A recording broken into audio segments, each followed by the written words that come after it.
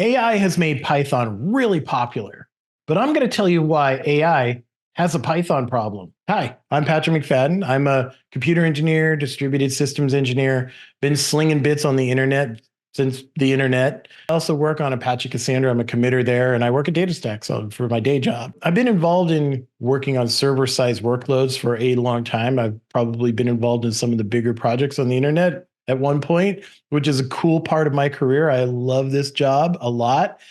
I'm taking that experience and I'm going to bring it into what I've really fallen in love with lately, which is Gen AI. And I think Gen AI is so fun. And if you're watching this, you probably are involved in it too somehow. But today, let's talk about AI and Python. Let me just start out saying what this is not. This is not a bash fest on poor Python. I love Python. I've been using it for over 20 years. It's a great language. Does a lot of really cool things, and it's done a lot of good work. And this isn't me with the golden answer, like, ooh, I know the solution to all the problems. No, I am bringing up a problem so we can solve it as a community. And this isn't just some hidden agenda for me to pitch some other language, maybe one you've never heard of. Nope, I'm here to talk about Python. So what has Python brought AI?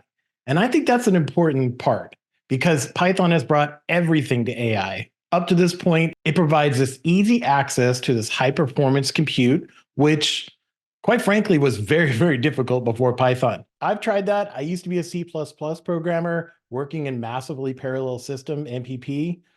It is impossible to work with. Python has made this so much easier. There's a massive community helping each other. You can find Python programmers almost anywhere. It's amazing because when you go to anywhere, a university, a conference, work, you're going to find some Python programmers somewhere. And most important, it's the lingua franca, the common language to move forward fast. You can learn things really quickly online. Everyone can help you, but it is really very good at doing very big things quickly and easily. We'll get into how. This is Python being awesome. This is a very short example of using PyTorch, which is a pretty standard library for machine learning. You can see it's really simple. You just create a tensor and you do a multiplication. That's a whole lot of stuff happening underneath the covers. Python just makes this look really easy. What's happening is it's executing a ton of C++ code behind the scenes. And that's really what we're doing here with Python is we're using it to orchestrate large scale C++ workloads. The secret sauce for Python is the libraries, PyTorch, NumPy, scikit-learn, pandas, the ones that get all the machine learning stuff done with Python. They're all written in C++ deep down. That's because they need to be. They do a lot of high performance compute, but you don't need to write C++ code to get access to it. You can write a little bit of Python and get all of it. And that's pretty cool. And how we got here was back when data science was really starting to be a thing. There were different languages you could use. I remember going to conferences and R was what everybody talked about. Then Julia. Python started creeping up. And along the way, we did a little Scala, but I think these are the three main languages. And Scala is still very important for what we'd see is like in data science workloads with Spark. There's a lot of workloads that are being done there. Java for Hadoop. But these are the ones, if you want to write a program to do some sort of activity like crunch some numbers on your laptop, or, and you'll see in a minute, do it at a large scale. Julia, R, those are the ones we went to. And eventually Python became the language of choice. And I think a lot of that was because science had already used Python quite a bit. Astronomy, biosciences, Python was the choice there. And as data scientists started doing their thing, it just made sense, especially in academia. Academia picked up Python like crazy, and it just went from there. So everyone graduated from university and went on into their job and said, hey, I'm just using Python just like I did at university. Now, I want to be careful because I know whenever we start talking about languages, we are crossing a line here. They say at parties, you should never talk about sex, politics, and religion. Well, in the case of nerds, it's also don't ever talk about language choices, right? This is a good way to start a flame war. I'm not starting a flame war. If you love Julia, if you love R, if you love Python, if you love some language that no one's ever heard of, but you really love it, great. It's okay. I'm not here to bash on any of those. I'm just telling some history. And like I was saying earlier, there's some new things with Python that have made it even more powerful. Things like Ray and Dask. Those are ways to run massively parallel Python. Ray is a great processing framework. If you need to do a lot of compute, Ray is a great way to go. Dask does the same thing in a different way. But again, using Python to make simple code, we've been gathering around this as a community, building these tools to make Python much more powerful for processing data. This is where Python really shines. It's Python processing data. A little bit of Python does a whole lot of compute. And this is where the strong place for Python is right now and probably will be for a very long time. It's kind of like a front-end loader. It does the heavy work. It's very tough. It can lift a whole bunch of stuff. And it's just a workhorse. It's working around, doing its job. It gets the job done, right? But it's a big lumbering thing. So the thing I'm bringing up today, which is the new problem, is how Python has been tasked to also serve data for users. And herein lies the problem, because Python as a server is a very different game, and it is very different from what it was designed to do. So what you're doing is essentially taking this front-end loader and changing it up. In this case, it's like you're putting the front-end loader into a Formula One race, and maybe that's not the best choice. By the way, this is a Midjourney image, and I don't know what that car is over there. Thanks, Midjourney. Cool photo, though. And what's happening in AI is we went from this analytic workload, creating inference and processing tons of data. With generative AI, it's a lot more transactional. We're serving workloads to users. And that very subtle change has some very different workload requirements. This is where I think we're going to have some problems. Let's talk about why. And the why is concurrency. Concurrency means that everything is being processed for every user at the same time. You may have hundreds of thousands of users all trying to get access to something. And concurrency is how well you can handle that thundering herd of users or that thundering herd of processes. And when you don't do it well, that's when things start to tip over. We see it all the time. Years ago, when Twitter was using Ruby, this was their biggest problem, is that they had lots of concurrency issues because Ruby didn't really do that very well. They wound up rewriting their entire system to use Scala. Now, this was back in 2008, I think in 2009, but at the time, they were dealing with this problem because everybody started using Twitter at the same time. To test this and to show you and myself, I did the engineering thing and I went out and wrote some code. This is literally a simple serving benchmark. So literal, because if you look at the code, it does only one thing. Like here, let me go into this Go code here. It starts up a web server in some language, opens a port on 8080, responds with a 200 with a very exciting, this is a web page. All the servers do this. So I wrote one in Go, and I wrote one in Zig, and Java, Python, Rust, TypeScript, and every one of these does the exact same thing in the way that they do it. If you look in the Python directory, I felt it was best to give that one a little more attention. There are a lot of different libraries that can do things with HTTP. If you use the HTTP server, don't, but you can. This thing is just not built to handle any reasonable amount of users. But it does set up a nice HTTP server if you have a test to do. One thing of note is I also included the prompt as well. I, as I do, generated the whole thing using ChatGPT. Well, let me be very clear. I asked it to, and it generated most of it. Some of it was a little off the rails, and I had to clean it up. But if you want to give it a shot with this prompt, it's great because it will generate quite a bit of code. The code is usable. I was able to copy and paste most of it. And the thing that it didn't quite get right is some of the weird build stuff, like with Zig. Zig has its own build system, which it did not pick up, but it did create a Zig file that worked. So that's cool. But overall, what you get here is something that generates a reasonable test. You can clone this locally. You'll have fun setting up all the different compilers, but the whole point of this was for me to prove to myself, like, what are all the differences and seeing it run on my machine. Because when you run it locally, you get to watch the CPU and everything that's happening on your machine. Is it using a lot? Is it not? This is a fun little thing that I wrote. And if I did something wrong, please send me a PR. So using that code that I just showed you, this is the results that came out. I think that for most, it's not a huge surprise, but it really demonstrates my point, is that if you're just using Python and the HTTP server, you're not going to get very good performance. Actually, you get no performance. And even a bigger problem is you get a lot of errors because the queue will start backing up and then you start getting connection errors, things like that. No good, right? Because that means your users are just going to have a terrible experience. The latency will go high or they'll just time out completely. That's just because the way Python is built. And we'll talk about that. But Python in general has just not been a good option for serving unless you have like smaller workloads. Testing some of the other more standard server workloads, like starting with like Java, TypeScript. I even did Rust and Go and Zig. I don't know if you know about Zig, but Zig is pretty hot right now. It's definitely the king when it comes to concurrency. It does an enormous amount of work per request and it just lies. But it's a brand new language and it's built to do this. So what is going on with Python? Why is that the case? And I think it just gets into the architecture. The architecture of Python is very different. It was never designed to be a server class language. It was meant to help people write simple programs, which we do. We do it all the time. There are three things that I would like to point out here. First is just the fact that it's interpreted. Interpreted languages have overhead. So as soon as you run the code, it has to interpret all the different statements, and each part of that has overhead.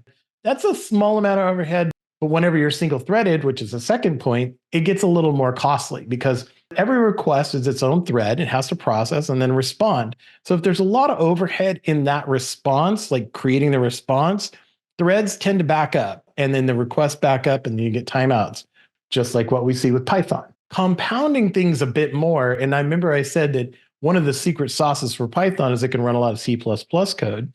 Yes. However, the other problem is it has this global interpreter lock, or the GIL.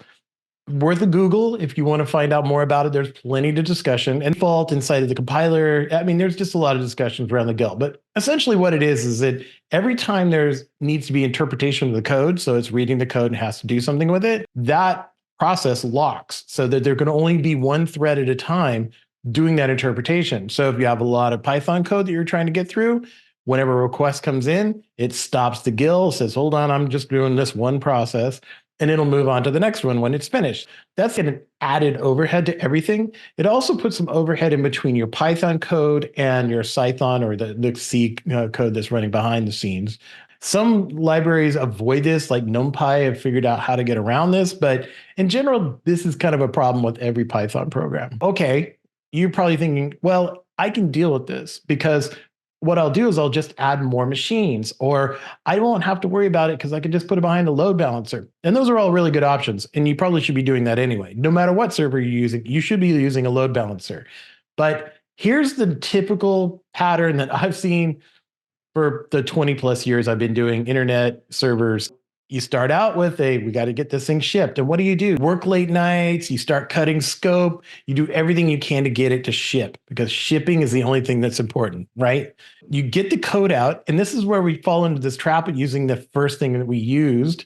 Like for instance, I used Python to make the prototype. I'm going to make it for the server. That might happen.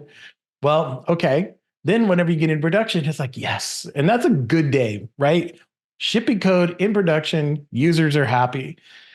But if you're in this mode of trying to scale something and it's not very efficient, and this is where it's not CPU efficient, your first cloud bill is going to be a bit of a shock. Here's the secret of every cloud. They only sell you three things: compute, network, and storage. Everything else that they sell you is probably just derivative of that, but that's the only three things that they really, really want to sell you because that's the thing that they had to buy to sell you. So that's their overhead. If you're using a lot of compute, they love you. And if you're using Python to do this, you're going to have a lot of servers to handle any workload, and you're going to get a fat bill from your cloud provider. How do I know? I've seen it 100 times. And here's the other thing that happens. As soon as you get the bill, somebody's going to be like, we need to do an efficiency run and cut our cloud cost by 10% or 20% or 30%, whatever. And you start cutting things. It will happen every time because you can't have infinite cloud costs. That is just not going to work. This is the situation that's going to happen with Python over time, because if you start putting Python servers into production, this is going to be the process you'll go through. And it will be this moment of denial where we don't have a problem, and then you do. What are we going to do to fix this? I have three options to throw out, and feel free to comment on them or hit me up on LinkedIn, what have you. But these are three things that I can see going forward. Option number one, you can just ignore it and you can ignore me. You might be fine. You have to know your own workloads. If you're only doing 10 or 20 requests per second, Python is probably just fine. And I think in Gen AI, this may not be as big of a problem for you right now, especially if you're serving like a language model or doing embeddings, which is really CPU intensive anyway. You're not going to get a million requests per second if you're having to process an LLM every single time. So that may not be your problem today. So always do your capacity planning and thinking ahead, like what happens if we had 10,000 users? What happens if we have 100,000 users? Always think ahead, a million users, because everyone wants the million users, right? You don't ship code so no one uses it, but you know your own stuff and you know what you built. It may not be your problem. If that's it, then good on you. Option two is probably one you're already doing now. And that means making it someone else's problem. That is really not a bad idea. Have an SLA. You sign up, you pay per request. Great. You do transfer maybe, but inside that, none of it is you are operating that API. And none of it says you are maintaining that SLA. You're just paying for an SLA and you're making it someone else's problem. They got to figure out how to scale that thing, not you. And I think in 2024, when I made this is the thing. APIs are everywhere and it can be somebody else's problem. And it's more likely that you're going to be happier there. Now, I know non-invented here is a huge problem in every organization. If you have NIH, please consult a professional. It is toxic to an organization. You start reinventing everything, that's a whole different video. But you will not need to invent everything. You can just buy a lot of stuff off the shelf. The business logic that you're building, that's your IP. So hand off the thing that you don't get paid to do to somebody else. Option number three is the one that you probably were expecting from the beginning, but it is real, which is you need to switch languages eventually. Python only has so much bandwidth. And I'll tell you, there are a lot of cool stuff that Python can do. The Sanic library is amazing, but it only has so much limit. It's still fighting everything that Python can do. So what choices would you do? There are a lot of great choices, of course, but let's go back to that load test that I did and kind of explore some of these. But it's also, let's think about what's happening in our industry and what fits. Put those two things together. If you're building a system now, this is probably a good time to think about it. And if you're already in the process or have shipped something, again, you can make choices and there are choices still. You're not going down a path that you can't change. It is something you can change over time. So looking back at the graph, I pointed out a few of these things, right? We'll start with like TypeScript and JavaScript. Great choices, right? Because it is well known for serving and it is very mature. And I'll get into why this might be an interesting option as well. But for now, let's just look at the other choices. Java, also good. Been a workhorse in the internet serving game forever. Has a really established track record, does a great job, and it's really fast. And so you can rely on it. The problem I think with Java right now is that there's really not a lot of Gen AI or AI, anything really happening in the Java space. There needs to be some work done there too. So it's not the best choice. Now, it could be that we do things where we layer or we maybe pass things off and have a serving layer and a compute layer. It's a project for whoever's going to do it. But Python to Java, that's going to be a hard leap. Now, thinking of like Go might be an option too, because Go is a pretty cool language that has a lot of community. It's more popular around like the cloud native, Kubernetes is built on Go. A lot of serving workloads, like those Kubernetes entire CNCF is basically built on that.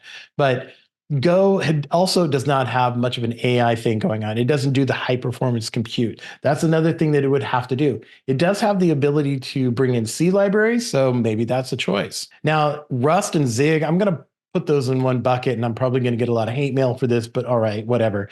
These are the newer, I'd say more niche, fringe, do I say fringe? Yes, I'm going to say fringe languages that are for the really high performance compute folks. And I think Zig is really interesting. It's basically brand new, and they just didn't bring any baggage from trying to support old architectures. They just moving forward.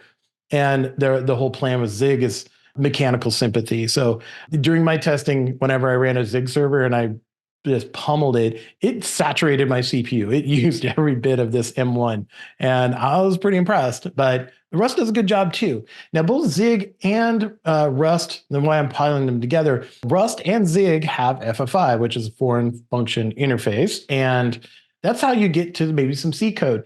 Kind of the same trick as what Python does is like, hey, we'll do a little bit to get a lot, but it lets it compile into one binary, right? So that might be interesting.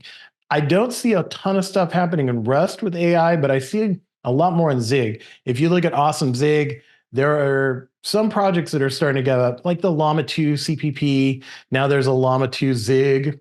Yeah, so maybe that's an option, right? I'm going to go back to TypeScript though, because the runtime that I used TypeScript, but I used Bun. Now, if you've never heard of Bun, it's a new runtime to replace Node. It's a drop-in replacement for Node. You can run server workloads using Bun. The interesting thing is Bun is written in Zig. And so Zig, being as awesome as it is at being good with your CPU, Bun did a similar job. Now, granted, you're using TypeScript with it, so there's a bit more overhead, but it is fast, really fast, and very efficient, low latency. I'm very interested, and I probably will play with Bun more. But why TypeScript? We talked about like Java and Rust and Go and Zig, how they're not really getting a lot of attention inside the Gen AI community. On the other hand, TypeScript and JavaScript are. So I wanted to point this out really quickly. This has been a thing that the LangChain, Llama Index, two very popular libraries in Gen AI, have decided to split away from Python. They're moving towards the JavaScript and TypeScript. This is the LangChain JS doc page. You can use npm or yard or pnpm to bring the library in, and then you could just use TypeScript or JavaScript for everything. Don't need any Python. And it has some really cool integrations. And looks like the Llama Index people are doing the exact same thing. They're going down this path of, hey, here's our alternative. LangChain and Llama Index both are looking at the future of their libraries, and they're making a choice. Python is still the first class. However, it is the fact that TypeScript and JavaScript are catching up rather quickly. Now, if you look at the larger group of developers in the world that create applications like mobile developers and web developers, going after them with some really cool libraries is not a bad idea. Now, I mentioned earlier too about, hey, wouldn't it be cool if we had a project? And I just wanted to point this one out. This is Kserve. It is for inference, and it does stuff with models you create somewhere else. It's a CNCF project, runs in Kubernetes, hence the K in the Kserve and Knative. But it's built to do this stuff like I think what we need in Gen AI. And I'm pointing this out. It'd be great if Gen AI had a project like this. The cool thing about Kserve is you can just take your model file, point it at Kserve, and then it just sets everything up. And it makes for a very fast serving runtime. It does scale to 0, so basically serverless, and it runs inside of popular serving architectures like Kubernetes. It's written in multiple languages. It helps you interface with things like GPUs, which, that's important. And the thing that I think is interesting is this project, which is pretty active, it has two parts. There's a Python part, and then there's a Go part. And the Go part is the serving. That's what does the serving is Go. I'm pointing this out as an interesting example for the Gen AI community. This might be something that we want to emulate in the Gen AI world, where it's serving embeddings, large language models, that sort of thing. So there you go. This is why I think AI has a Python problem. And it's solvable. We can do this as a community. If you don't agree with me, hit me up on the comments. You can also find me on LinkedIn. Very easy to find. I'll put my LinkedIn information in the description. And you'll also find the repository that I just showed you inside the description as well. So either place. And I'm at conferences all the time. So if you see me there, pull me aside and say, hey, I don't agree with you, or hey, I think we have a problem.